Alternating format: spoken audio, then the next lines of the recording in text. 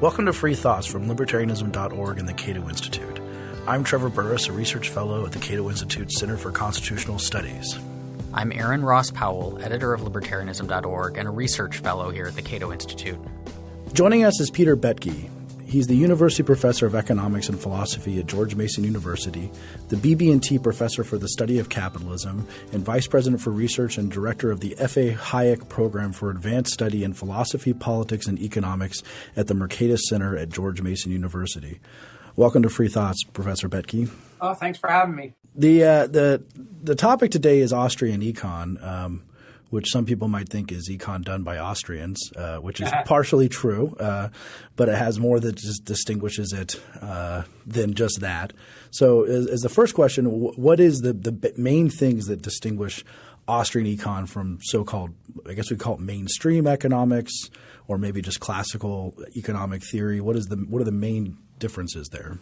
Let me start by saying something about labels. Labels are usually given to people by their opponents, not by themselves, right? So there's a few cases where the Chicago school and the Virginia school kind of were challenged by opponents and said that that's what the people in Chicago, that's what the people in Virginia believe. And then the people sort of rallied around that and adopted it as a kind of a rallying call of their difference and their desire to dare to be different in the scientific community. And a similar kind of thing happened with Austrian economics. Carl Menger, the founder of the Austrian school, was simply trying to contribute to the German language tradition in economics and trying to defend the idea of theory as an important component to doing economics rather than just history or the collection of facts. So the older historical school, which grew out of classical economics in the German language community, they wanted to fill in a lot of institutional details and whatnot, guided by the theories. But the younger version of the historical school argued that the problem with classical economics was that theory was driving everything rather than empirics or facts. And so they thought that if we could just collect all the facts, then that would be a better science, a less ideological science and whatnot. And Menger, in the transition period between the older and the newer German school, wrote a book about the economic theory in which he defended marginalism and subjectivism. So it's one of the founding works of neoclassical economics. But primarily, he was also defending the role of theory in doing empirical work, that what your economic theory is like is your set of eyeglasses. And without your eyeglasses, you can't read the empirical world correctly. You can maybe gather up facts, but you can't interpret them or even arrange them in a certain priority without some guiding theory. And economics can provide that guiding theory. And so the younger members of the German historical school wanted to reject Menger's message, and they referred to him as that's that Austrian school, right? Okay. That's the people we don't have to pay attention to. It's the Austrians over there. And in the years subsequent to that, the two main developers of the Menger's theories were Böhm-Bawerk and then Wieser, and they developed into a school of thought around the University of Vienna. The students of that school of thought were Joseph Schumpeter and Ludwig von Mises and Hans Meyer. And then the students of their students included people like F.A. Hayek and Fritz Machlup and Oscar Morgenstern and Gottfried Haberler. And then 1930s came and the school was dispersed. So because of the Hitler. Nazi, I assume, yes.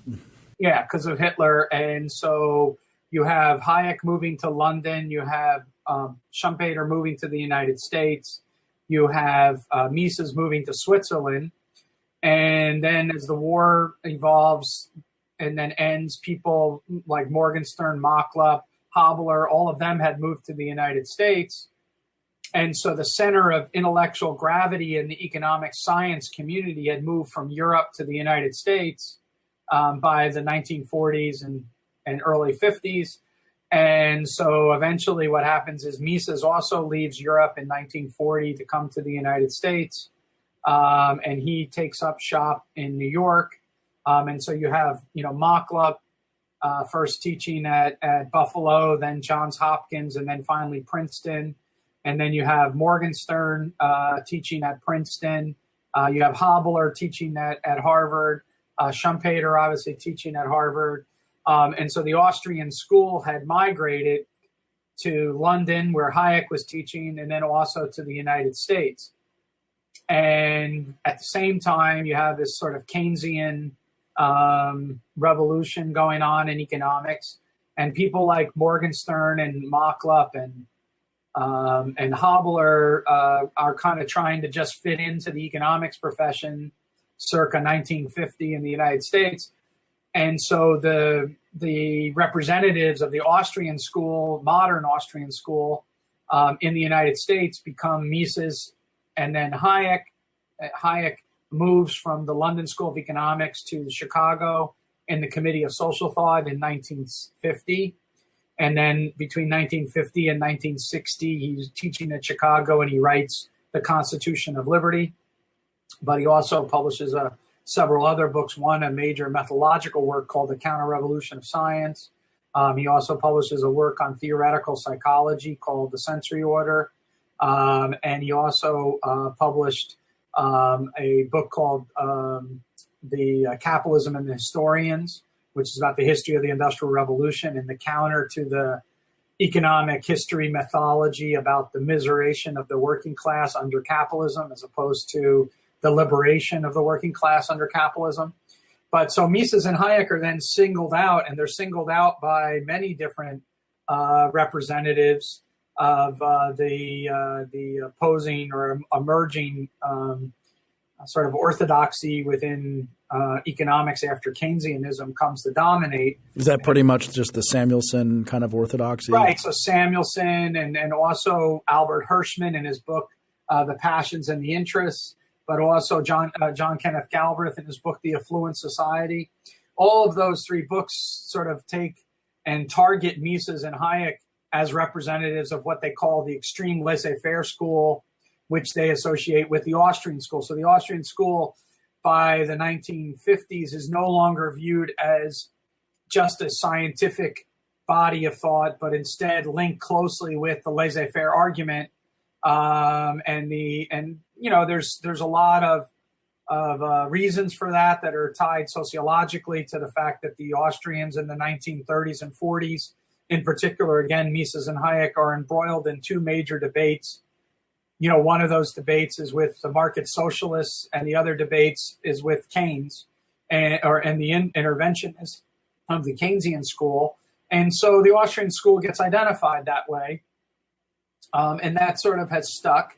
In my own writing, I have a book that came out a couple of years ago called Living Economics. And in that book, I make an argument that you need to distinguish between what I call mainline economics and mainstream economics. Mm-hmm. And mainline economics is the economics that traces its roots all the way from Adam Smith, all the way up through, so Smith and Hume, all the way into the French school, which is Bastiat and also Jean-Baptiste Say, into the sort of non-Ricardian British exchange school, which would include Philip Wicksteed, the Austrians of Mises and Hayek, Menger, Mises, Hayek, and then more modern thinkers like people like Coase and Buchanan and Armin Alchian and Harold Demsetz and whatnot. And the real point, that goes all the way to Vernon Smith. So from Adam Smith to Vernon Smith, there's this mainline tradition of economics. And what that is the substantive proposition that you square the rational choice postulate with the invisible hand theorem via institutional analysis. Yeah, can you unpack that? What does that mean? Yeah, so what that means is rather than the behavioral assumptions doing all the work for you, okay, what does the work for you is the institutional environments of private property, freedom of contract, transference of property by consent. So this is, but rather than having self-interest or rational choice models being the core of your theory, you look at things like private property and other things. Right, but it's not the case that they're not rational choice. They're rational choices if the choices are made by humans. So what you don't have is you have humanly rational choice, which means that man is forever caught between alluring hopes and haunting fears. They're not lightning calculators of pleasure and pain. If the argument for laissez-faire conditions was a consequence of behavioral assumptions, of superheroic behavioral assumptions, like you are a fully informed and perfectly rational chooser that exists in a frictionless environment, which is how a lot of people think the argument goes, then all I need to do is undermine the rationality of agents and also the function of the price system as being a perfect guide, so the perfectly competitive model. But from Adam Smith all the way up to Vernon Smith, that's never the way that they couch their argument for a relatively free economy versus an interventionist economy. They always couch it in terms of comparative institutional analysis. And if you look at Adam Smith and the various different examples that he gives, it's never the case that he relies on a perfectly informed actor operating in a perfectly competitive market yields an argument for laissez-faire. That's not, but that's how people that were critics of Smith from the very early period to today believe that they have to couch it. So my view is that mainline economics is this tradition of economics in which all of these various schools, the Scottish Enlightenment, the French liberal school, the Austrian school, the Virginia school are all part of, and they don't have to have any school of thought. It's just that's what it meant to do good economics. So it's an old Milton Friedman line that all there is good economics and bad economics. It's just that good economics in this case is defined by this squaring rational choice with the invisible hand theorem through institutions. So the analytical focus is on comparative institutions. How does this tie into, I guess, the characteristic of the Austrian school that people tend to hear about if you don't know much else? And maybe this comes from kind of the prominence of Mises's human action among libertarians is it's got the a priori nature of it, that it's, the kind of outside view of it is that an Austrian economist approaches it more like a armchair philosopher. You think about first principles and then you kind of derive conclusions from them, and you don't really care about data or looking at the world. It's what logically follows from these axioms. So there's an unsophisticated way to present these arguments, and that's what dominates on the internet and among libertarian groups. No way. Are you kidding me? And then there's this very sophisticated way to present the argument, and that's what exists in the academy. All right, and that's what goes on in journal articles and research. Human Action is an unusual book in the sense that it is, in my mind, probably one of the greatest achievements in the history of economics. It was published by Yale University Press. Okay, I think it's important to remember that Mises, until the mid 1950s, was publishing all of his papers in the journals and in the top university presses. We have a mythology about Mises as this martyr that sacrificed for the cause that was perpetuated in the 1960s and 70s. And has been a very damaging view, I think, actually. Mises, in reality, was an extremely recognized scientist in his time. He won the Distinguished Fellow Award from the American Economic Association. I dare anyone in your listening crowd to go through and look at the list of people who have won the Distinguished Fellow of the American Economic Association. Nobody wins that award if they're a quack. You might disagree with them, right? Disagreement is different than dismissal or ignoring someone. In 1969, Mises is picked as the Distinguished Fellow of the American Economic Association. Earlier in that decade, he had won the award from his home country of Austria for the greatest scientific achievement, the highest honor you can win as a scientist in the country of Austria. Mises was awarded that. Paul Samuelson himself, in an article that he wrote on who would have won the Nobel Prize had the Nobel Prize been established when the Nobel Prize in other sciences were established, has rendered that Mises would have been one of the winners of the Nobel Prize.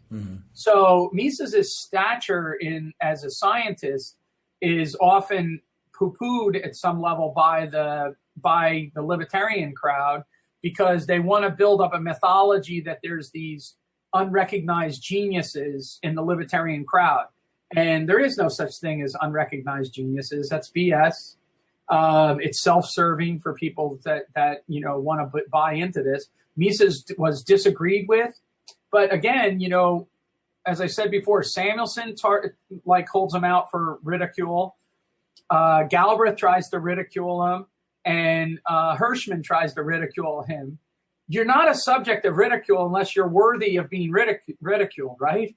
Which means that you have to be recognized as something. You don't pick out like Joe Blow on the street, to do this. It's kind of like in philosophy, a lot of people said that Robert Nozick ended up by becoming the target of everyone in their philosophy classes. Right. Robert Nozick did, right? Because Robert Nozick was worthy target to try to go after. Well, that's kind of like with Mises, but we're getting a little bit off of the substance and too much into the sociology, I think. So what would be the Well, hold on a second. I do think that the issue is that when the main line of economics, when the mainstream of economics, which is really a sociological concept, it's whatever people think is fashionable at the moment. When the mainstream deviates from the core teachings of the main line, schools of thought emerge to become extremely important. And let me just give you two examples. David Hume taught us in the Treatise of Human Nature that the foundation of society is property, contract, and consent. Those are his three terms. He identified those in the Treatise on Human Nature. Armin Altschuan is recognized as the founder of what was called property rights economics, in which he had to reintroduce to the economics profession the important role that property rights play in the determination of economic performance. Why would Armin Altschuan have to reinvent property rights when at the core of the founding of the discipline in the Scottish Enlightenment, property rights were at the core? It's because the mainstream had deviated so far from the teachings of the main line that Altschuan had to bring them back in. Another classic case of this is Gordon Tullock and rent-seeking. Think of the greatest satire in the history of economics. It's recognized by everyone, left, right, or center. It's not, again, some unknown work. It was Bastiat's petition by the candlestick makers for unfair competition by the sun, right? That is a rent-seeking story, right? I want to concentrate the benefits on myself and disperse the costs on everyone else in society, the candlestick maker. Yeah, but he just didn't come up with the term, so that sometimes is half of the problem, right? Well, but he's explaining the idea of seeking privileges, which is what rent-seeking was all about. And Gordon Tullock had to reinvent the idea that in political decision-making, we have to watch out for the fact that people try to use the state to protect themselves from competition rather than the state actually providing the rules for competition. And so Tullock had to rediscover an idea, again, that had been lost in economics. And so schools of thought, the Virginia School, the UCLA Property Rights School, the Austrian Market Process School, they all become important precisely because the mainstream deviates from the main line. And in order to get the mainstream to come back to the main line, you have to have entrepreneurial academics who pull you back in. And that's where schools of thought become important. Well, I wanted to go back, though, to the question about Mises and the idea that this a priori idea of Austrian econ, sitting in an armchair and deriving the economy to make a bad hash of the idea. But you said that there was a bad way of portraying that idea that is portrayed by libertarians on Facebook, and then there is a good way of doing it. So can you clarify what that idea is actually? So go back to what I was saying about with Menger before. So Menger's embroiled in a debate with the historicists. At some fundamental level, what Menger is telling the historicists is that in order for you to be able to do history well, you have to actually put on a pair of theoretical glasses that enables you to read the empirical record, even if you're going to prioritize what facts matter. So think about social sciences being divided up into two questions: what questions and why questions. The what question is trivial. What happened? It's important. So don't get me wrong. You have to know what happened. You can't just invent stuff up. But the real question and the real thing that matters in social science is the why questions. Why what happened happened. And those why questions are theoretical questions. And those theoretical questions are not derived from your experience. They're derived through rationation. And so what you have here is a testing issue. So the problem is that in economics, since around 1940s, we started with this rhetoric that what we were going to do is use empirics to test our theories. And we're going to have sophisticated statistical analysis to test theories. Mises and Hayek, and I should point out both of them are on the same side on this, though Hayek's rhetoric is a little bit more consistent with modern language, and that's why he gets a break in some sense, where Mises is still fighting a battle from the 19th century language-wise. But what you're saying is, okay, where is the testing coming in, and are the tests unambiguous? So in some sense, the sophisticated way to see Mises's argument is to put it in light of the Duhem-Quine thesis with regard to testing even in the physical sciences. What is that thesis? When the Duhem-Quine, this is Willard Quine, and who was one of the greatest philosophers of the 20th century. And one of his points is that when you do a test of a hypothesis, you don't know whether or not what's the refuting idea is one of the network of statements that make up the hypothesis, or whether or not it's the hypothesis itself that's being tested. And that's actually in physics, where you can have controlled experiments, as opposed to in the theory of complex phenomena, where you can't have controlled experiments. So there's a rhetoric and a reality of the way we do science. And a lot of the rhetoric that people hold is not consistent with the reality. And this is even true of Karl Popper, who, if you read Popper's Logic of Scientific Discovery, he makes one type of argument. If you read his other works, let's say on objective knowledge or later on, he understands that conjectures and refutations is a little bit different than the idea of the 3x5 card approach to methodology of philosophy of science. So you got to put Mises in the context of his time, and you got to then update that context to the context that we live in today, and then reconstruct Mises's argument about what he's trying to say. But to put it in a very, very easy way to do it, when you say that that the theories are a priori, all you're saying is that theories are like a set of eyeglasses. You put your eyeglasses on before you can read. You don't put your eyeglasses on after you read. You put them on before, and that enables you to read. And that's the whole point. And that's actually the way economics has done things from the beginning, which again makes sense of Mises's claim that he wasn't doing anything new. It was the way in which economics had proceeded from the beginning. So if Austrian economics is a priori, though, in the way that you just described, and it is dependent on the theory it's developing is dependent on, arguing forward from axioms, is it, to go back to Popper, is it falsifiable? Is there any way that it could be wrong, that we might say, this disproves it, or this complicates it, or whatever? There's two issues. Theories can be rejected on two grounds. One, their logical derivations are flawed, okay? Or two, they are irrelevant for the questions that you want to ask. So take Austrian business cycle, for example. Does the Austrian business cycle theory, is it illogical? If you could show that, that's a question of theory. You're refuting theory with theory. Is it applicable to every oscillation against a trend line? Probably not. Not every oscillation against a trend line is actually due to the fact that you had a manipulation of money and credit. So if you try to use the Austrian theory of the cycle to explain what happens when you get hit with a hurricane or something, right? Or if you get hit with a tidal wave, that would be a bad use of the theory. And so what you worry about is applicability and inapplicability of the theory to various different empirical circumstances. But what you're not doing is the empirical circumstances are refuting the theory. The empirical circumstances are determining whether or not the theory is applicable or inapplicable. The logic of the theory determines whether or not it's a flawed theory or a good theory. So can I elaborate a little bit on this? Please. I think it's a very, very important point. That's a subtle point in philosophy. Because if you go to 19th century philosophy or just any philosophy 101 class, and someone introduces you to the notion of critical reasoning, when you do critical reasoning, you make a distinction between logically valid arguments and logically sound arguments. Yes. Logically sound arguments are not only logically derived correctly, but they're actually true statements about the world.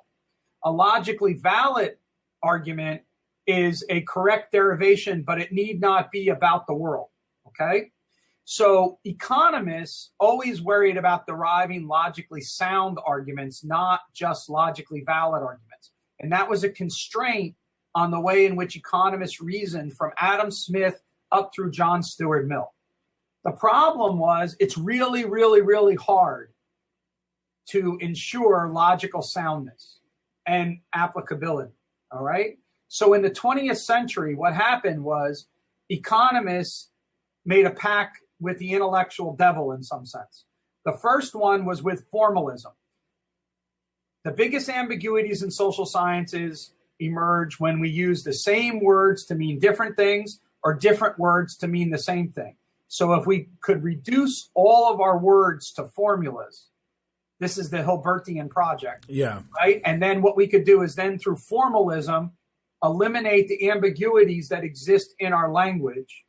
We could derive our theories, but then we're no longer deriving logically sound theories. We're only going to get logically valid theories. So we're going to get these logically valid theories, and formalism ensures the steps in our logic. At the same time, we were developing what we thought were sophisticated statistical techniques that could test the array of logically valid theories and weed out the ones that aren't relevant. Okay? So what we could do is we could use the sophisticated statistical techniques against all of the toy economies that we built, and the only ones that would survive are actually the ones that would be empirically meaningful.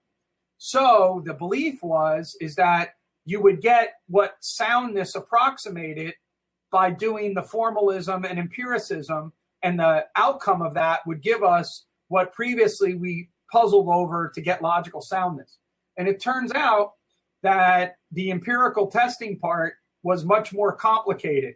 And so what we got stuck with was, in fact, an array of toy economies without an appropriate sorting mechanism to determine only those which are empirically meaningful.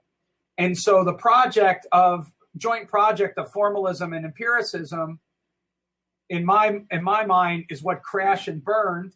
And so what's coming up in the ashes of it is never been really formulated since the 1980s. I mean, you think about the crashing and burning taking place around the time of McCloskey's The Rhetoric of Economics. That was when it was kind of well understood. Well, what do you mean by the crashing and burning? No philosophical justification for what economists do. Oh, okay. And what happened was economists before that, you can look this up, it's a very empirical reality, which is that economists used to write a lot of methodology papers. The leading economists wrote a lot of methodology papers like Samuelson or Friedman or Buchanan or any of these people that all took time out to try to write these papers to justify the enterprise, scientific enterprise of what economists are doing. And since 1985, after McCloskey and then the growing recognition of the failure of this formalist empiricist project, what economists did, in the step that no philosopher of science expected them to do, was they simply rejected continuing to find a new way to justify their project and just justify it on conventionalist grounds. Economists do what economists do. That's it. End of story. So I do what economists do, and that means I'm an economist, and there's no justification for it. That's why the flare-up over the last couple of weeks with Paul Romer talking about the mathiness. I don't know if you guys have been following this, but Paul Romer, who's probably going to win the Nobel Prize, has been criticizing modern economics for obscurantism and into mathiness, which he thinks doesn't aid any of our ideas. That's why it's caused such a storm again, because people are now, someone from inside the Citadel is challenging the existing message that's going on in economics. So let me very fascinating. Let me see if I can recapitulate here. When you're talking about this empirical project for the non-economists out there, you're talking about the statistical abstractions, the measuring of the economy with GDP and other sorts of econometric devices, model and measure, and trying to say that you can get a picture of what the economy looks like through some sort of empirical testing that then shows that your theory is sound in the sense that it corresponds to reality. So what I'd like you to clarify the Austrian school here, which I'd like to nail down your definition of it and the sort of sine qua non, the traits of the Austrian, and that they resist due to I'm not sure exactly the best way to describe it. They resist the quantification due to a belief in the over-complexity, perhaps, is one way of describing it, and resist that it's a valid and worthwhile endeavor. Would that be an accurate characterization, or could you expand on what actually makes the Austrians Austrian economists, and then what makes them resist this quantification type of economics? Okay, so there's different words that you all use there that would be part of an explanation, but the explanation as a whole, I think, is not quite right. Okay. So I'll try to fill in. But the easiest catchphrases that would make sense is that the Austrian school is methodological individualists, but a lot of economists are methodological individualists. Yeah, I would assume so. What that means is that the individual is the unit of analysis. Only individuals choose, and and their choices are the centerpiece or the beginning of your analysis. That's what you have to trace all social phenomena back to the choices and decisions of individuals. Mm-hmm. Second, Austrians are subjectivists. They believe in the subjectivity not only of value, but the subjectivity of costs. Costs are not objective. Costs are foregone pass or whatever. They're the different utilities. So they're the reverse of the demand. So the reason why you pay a lot of money to go see your doctor is not because the doctor spent a lot of money to go to medical school. It's because when you go to the office, there's a lot of people sitting there also waiting to see the doctor. So and that's costs are alternative demands in some sense. So it's not both blades of the scissors cut the paper. That's a line from Marshall. But both blades are made of the same stuff, which is a subjective utility of individuals. It's also the case that we have subjectivity of our expectations. What we expect out of the future is also made up of our subjective assessments. And then the final component of Austrian economics is what's called market process or process orientation. And that's a very important key component, which gets to your question that you were just asking. Because the difference, Austrian economics, historically and even to today, is mischaracterized often as a heterodox school of economics. Mm-hmm. It's really not heterodox because Austrians believe in marginalism and they believe in subjectivism, which are two cornerstones of neoclassical price theory. Austrians were the original contributors to neoclassical price theory. Menger is one of the founders of the neoclassical revolution. Böhm-Bawerk was considered, one of the top one or two economists in the world in his lifetime, either Alfred Marshall or Böhm-Bawerk, and not just by Austrian economists, by everyone around. And so the Austrians are part of the neoclassical tradition, but their forefront of their analysis has always been, from Menger all the way to today, has been the process of exchange that gives rise to the equilibrium conditions. So the equilibrium conditions are the background, and the process of exchange behavior is in the foreground of their analysis, whereas in the vast majority of economics, it's the exact opposite. And the reason why it's the opposite is because of formal tractability. Can you? We're not to pick. The background foreground thing is a little confusing to me. Okay, so how would like analyzing a question of, I don't know. I'm trying to think of just a basic economic question like the price of gas or why there's too much traffic on the road or something. How would we say what's the background? So imagine that you draw a supply and demand curve on the board. Oh, okay, let me just use the law of one price to be an example. David Friedman uses this example a lot. So the law of one price basically says that in a market, that individuals are going to engage in exchange, right, until the exchange ratios equate. This is called the equal marginal conditions, okay, in economics. So one of the examples we give to illustrate this is you go to a supermarket, right, and you pick up your things, you put them in your basket, now you go to the checkout line.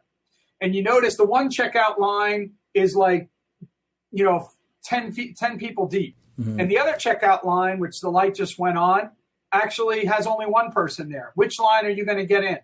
The one person. Right? You're going to go to the one with the one. Well, so will some of the people, like maybe the 10th guy in this one will go. And so the natural equilibrium in that checkout line is for the lines to be equated. Yeah. Right? You follow me? Yep. Right. So what's interesting about that story? To a lot of economists, it's that, the lines will in fact be equated. That's the equal marginal principles. And we can write that down and we can prove that as a theorem, okay? To the Austrian, that is the end result of a process of people recognizing a previously unrecognized opportunity to move from the line with 10 people to the line with only one person. And so it's about recognizing and moving in that direction. Because in order for the optimality conditions to hold, there had to be all this activity prior to leading to the activity.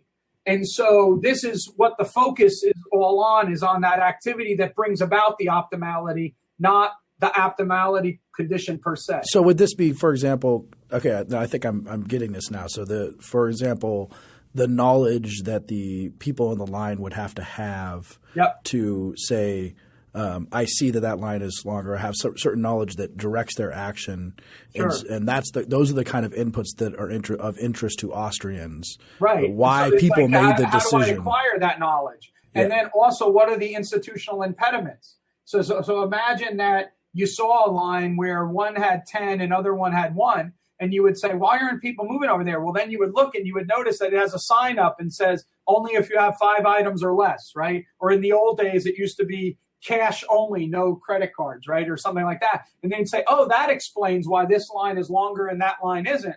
Well, now think about the economy, move away from this analogy and, think about like, why is it that you're on the border of West Virginia and Virginia. And then you want to know why isn't there much economic activity going on in West Virginia, but on the other side of the border, there's a ton of economic activity. Well, wonder what it is. Well, the costs of doing business in West Virginia are much higher due to the regulations than the cost of doing business in Virginia. So businesses locate over in Virginia, not in West Virginia, even though it's only like 2 miles away, right? So to use another example, just to clarify, there's the classic economics, I guess almost joke about there are no $20 bills lying on the sidewalk, right? Right. Now, would it be a case that like in the sort of classical liberal, I guess, just basic pantomime view, the idealized view that they would say that in equilibrium, we're just going to say there are no $20 bills lying on the sidewalk. But the Austrians are interested in how people know about $20 bills, whether or not there are impediments to people picking up the $20 bills, looking more at the actions of people, of what's causing that $20 bill to be on the sidewalk, because clearly it's there. Yes. So this is a great, well, it's not only is it there, but there's also $20 bills that have been previously unrecognized that are being picked up all the time. Those are called entrepreneurs. Yeah. Right. So we know that the nirvana, that there is no $20 bills because all that's been discovered has already been discovered, is simply not an accurate picture of capitalism. But what's happened is you gotta think about it in a weird way in the debate. So if you notice what I said about the main line of economics, you'll see that there's certain people that are not on my main line of economics, right? So I didn't mention Milton Friedman. What I mean by that is his scientific work. Milton Friedman of Free to Choose would be on there, but not Milton Friedman of, say the quantity theory of money or whatever.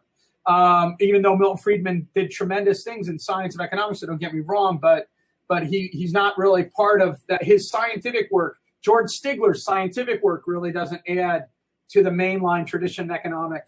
Gary Becker's work, while a brilliant economist and a very disciplined intellectual framework for us, doesn't really add to that mainline of economics tradition the same way that Armin Alchian does, or Jim Buchanan or Ronald Coase does to that sort of tradition. I have a paper that is out on Alchian, Buchanan, and Coase versus Friedman, Stigler, and Becker as the heir apparents of the older Chicago tradition of Knight and Viner and Simons. So how does that relate to the $20 bill, as you were saying? Because in Stigler's world, you squeezed out all the entrepreneurial innovations. And so what happens is, in the debate over market failure theory, you have perfect markets. Think about what the debate says. The debate, the way it's couched, is as follows. Perfect markets, perfect government. This is the first round of the debate. Let's give it to perfect markets. That's the belief that we've now set up the laissez-faire position. Then what you have is imperfect markets, but perfect government. That's the Samuelsonian phase. And so then we give it to government, right? Then what you have is the public choice change, which is imperfect markets, governments, imperfect markets. And therefore, you have this agnostic aspect, which is the public choice point. Then what you do is you get to the entrepreneurial area. The entrepreneurial approach says is, markets fail, use the market to fix the failure. All right. And so this is the Coasean kind of idea that you're going to look for where all the exchanges take place. So there's tensions in markets at all times. There's tensions in society at all times. How is it that we can reconcile these tensions? We do it through various exchanges. And so if the focus was just on all the activity, after all the activity of exchange has ceased, then you don't understand how it is that you get to eliminate all the conflicts. Okay. But the way conflicts get eliminated is through a reconciliation process through the market.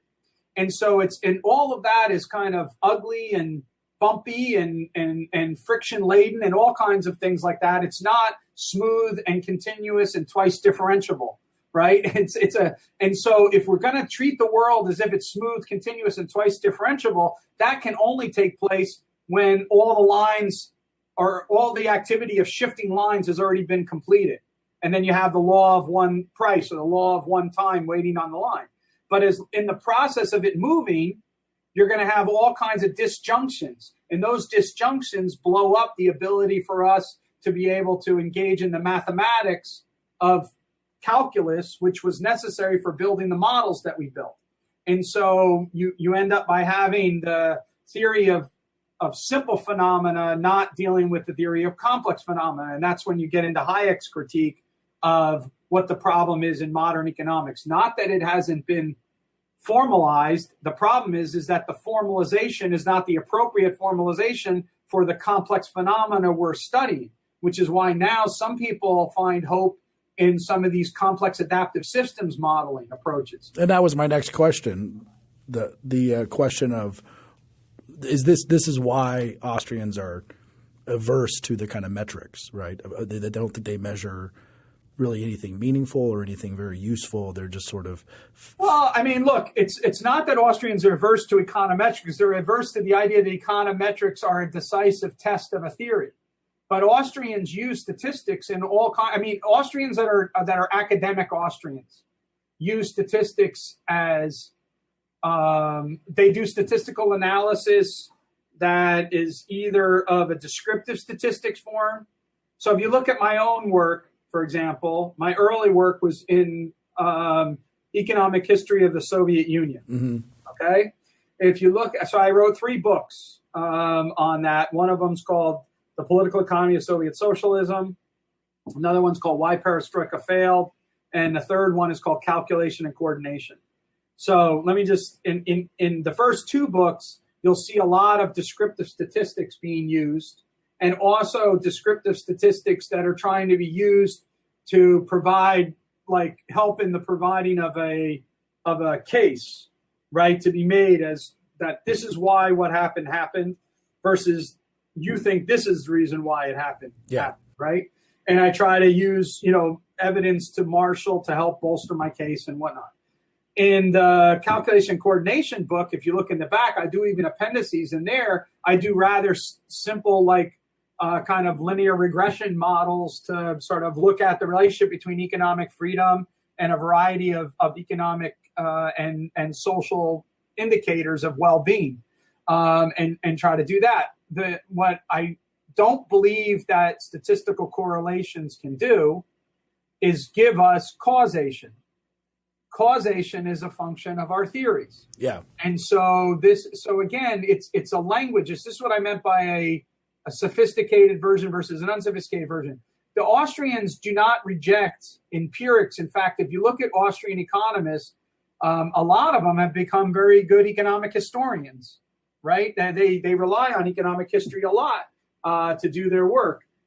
Larry White, for example, developed his Free Banking in Britain. That's an economic history book. My friend Dave Perchico did his original work on having to do with worker cooperatives as an empirical book. Steve Horowitz did stuff on the panic of 1907, empirical. George Selgin, Kurt Schuler. I mean, go through a bunch of people, all of whom have had, successful academic publishing careers or whatever.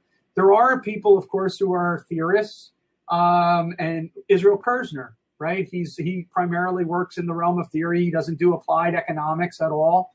But that's also true in the economics profession, right? There's people that don't do any empirical work that are theorists in economics as well. It's just that there's a small number of people. Murray Rothbard, I should mention, wrote probably more economic history than anyone else. And yet he's clearly identified with someone that believes strongly in the a priori aspects. And so the claim that somehow history isn't what Austrians do is just a kind of a mythology, I think. But is there a thing with the Austrians that I get this from some of my friends who maybe they're kind of the Facebook ones you were talking about, but this almost conspiratorial type of thing that the professional economics is not set up in such a way that Austrians can excel because it revolves around like the Fed and a bunch of projections and macroeconomics, which Austrians aren't terribly fond of as far as I understand. Sure. Let me modify that question a bit, because there is – I mean, you mentioned Murray Rothbard, who's a hero to a lot of libertarians, and this relationship, which Trevor's getting at, between Austrian economics and libertarianism, because it seems like, are there people who would identify as Austrian economists who would not also identify as libertarian in some way? And then I guess in the other direction too, like is there some sort of necessary connection where if you embrace libertarianism, it either overwhelmingly does or ought to point you in the direction of embracing Austrian economics? It's a great question. There's a sociological aspect to this, and then there's a scientific aspect or scholarly aspect. So let me do the sociological one first. So the notion of Austro-libertarianism is really a unique phenomena to Murray Rothbard. It didn't exist in Hayek or Mises. It's Rothbard. It doesn't exist in Kirzner. It's Rothbard. And the reason is that Rothbard wanted to develop a axiomatic system in economics and an axiomatic system in political theory. Okay? And then the belief is that there was a coincidence between the two of these. So in that sense, the only other kind of systemic kind of approach to this would also be objectivism or Randianism. And it has all the characteristics associated with that, both in terms of an originator who is very brilliant and has a kind of a flash of brilliance, but then followers that are not necessarily always as bright, and also the school of thought can run into problems in terms of its flexibility and where it's going to go. On the other hand, that's kind of what you're picking up on when you talk to people on the internet or whatever. It's this legacy of this Austro-libertarianism. And I should point out something and be very clear about it, because I'm a little bit derogatory towards it. But at the same time, you have to recognize that without what Murray Rothbard did, there really wouldn't be any modern, any modern Austrian movement, so to speak. Kirzner is so subtle a thinker that you have to be really into economics, and in particular, a kind of version of economics that would be open to what Kirzner's contributions are, that the number of people that would have gotten excited about that would have been so small that you couldn't have had a groundswell of interest. But what Rothbard did was he excited the minds of young people. He filled them with a lot of courage and intellectual justification. And then they were able to sustain themselves in the rigor of graduate school and in the gauntlet of the profession to try to make their own way to advance these ideas, which they thought were not being appreciated enough. And so Rothbard should get his due. He really did have this major impact in the generation of students in the 1970s and 1980s that enabled them to build careers and do all that kind of stuff. Including you. Including myself, yeah, sure, definitely, including myself. But I wasn't counting myself. I was counting people like Mario Rizzo and Jerry O'Driscoll and Larry White and all kinds of other people. Don Lavoie, my teacher. They all came out of being influenced greatly by Murray. And then what happened is that in the 1980s, as they were making their way in their professional career, they recognized that scientifically, a school of thought has to be a little bit more flexible, not as rigid, all kinds of things like that to go on different research projects, to ask questions, that answering questions with an already established libertarian conclusion is not the same thing as ending up with a libertarian conclusion after your analysis. All right. So Rothbard could derive the answer to everything from the non-aggression axiom. Right. And then it was just about the consistent and persistent application of the non-aggression axiom to the world of public affairs. Mm-hmm. That's different from the way that Mises and Hayek came to appreciate the role of private property. Right. They come to appreciate the role of private property through consequentialist examination of how alternative institutions either promote or hinder peaceful cooperation and productive specialization. And so their argument is different than Rothbard's argument. And what happens is that, as you develop in your career, at least some people, at least in that, they recognize that the Mises and Hayek direction is much more of an open-ended research program. It's an invitation to inquiry, not a settled document. And so a school of thought is only as good as its invitations to inquiry are. If a school of thought offers all the questions to already be answered, it's going to die as a research program because there's no research. Yeah. What it is it's a catechism. Whereas if you're a research thing, a school, what you're going to do is have an open-ended invitation to inquiry. It's like a framework. If you look at the world through this set of lenses, look at how many questions are opened up. And then the more the questions are opened up, the more you don't know, the more questions you can ask. Whereas if you have it as a catechism, it closes down your conversation and it doesn't progress. So the one way is towards a progressive research program. The other way is towards activism because you already know the answers, right? And that's where you're going to go. And so those of us who are drawn into scholarship and whatnot tend to, not completely, but tend to go more in the consequentialist grounds and consequentialist type arguments, which are analytical arguments and institutional arguments rather than normative arguments, right, from first principles. So libertarianism is a byproduct of your analysis, not the beginning point of your analysis. And that makes you, is Austrian school, because of this open-ended research project, is it growing? You mean in the profession today? In the profession, yes. Yeah, what's the future of the Austrian school? Okay, so there's a couple phenomena going on. On the one hand, as a social movement, the Austrian school benefited tremendously from the internet, and it benefited from Ron Paul. But that's more this Rothbardian version of the school, right? And that has actually exploded tremendously. I mean, you go around the world, there's these Rothbard institutes or Mises institutes that are set up everywhere. I was in Brazil.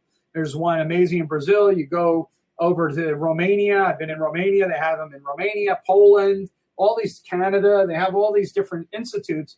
And they're a combination of study groups and political movement kind of groups, right? And that's been amazing. You know, if you talk to students at SFL or something like that, there's a subset of them that are very excited about all this.